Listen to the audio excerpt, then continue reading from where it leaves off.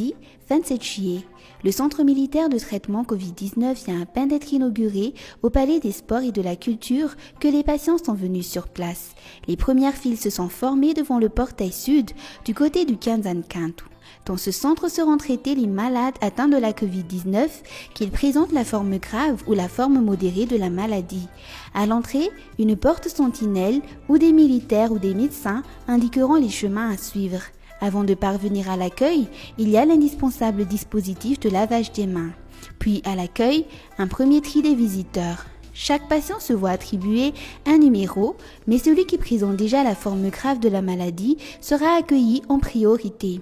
Puis, chacun à leur tour, les patients passent sous la tente de triage pour la consultation.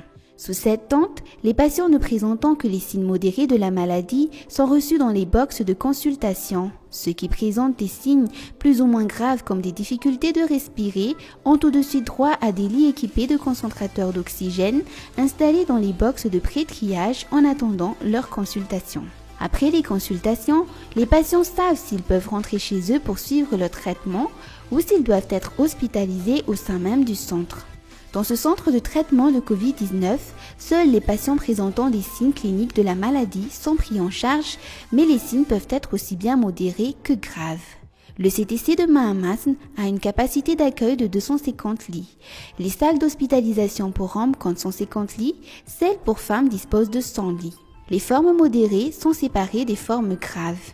Chaque zone a son propre code couleur pour renforcer les préventions, rouge pour les zones contaminées, verte pour les zones réservées au personnel. Le personnel du centre de Mahamasn est principalement composé du personnel médical militaire. Ils sont au moins 50 professionnels à être affectés dans ce centre pour suivre les 250 patients attendus.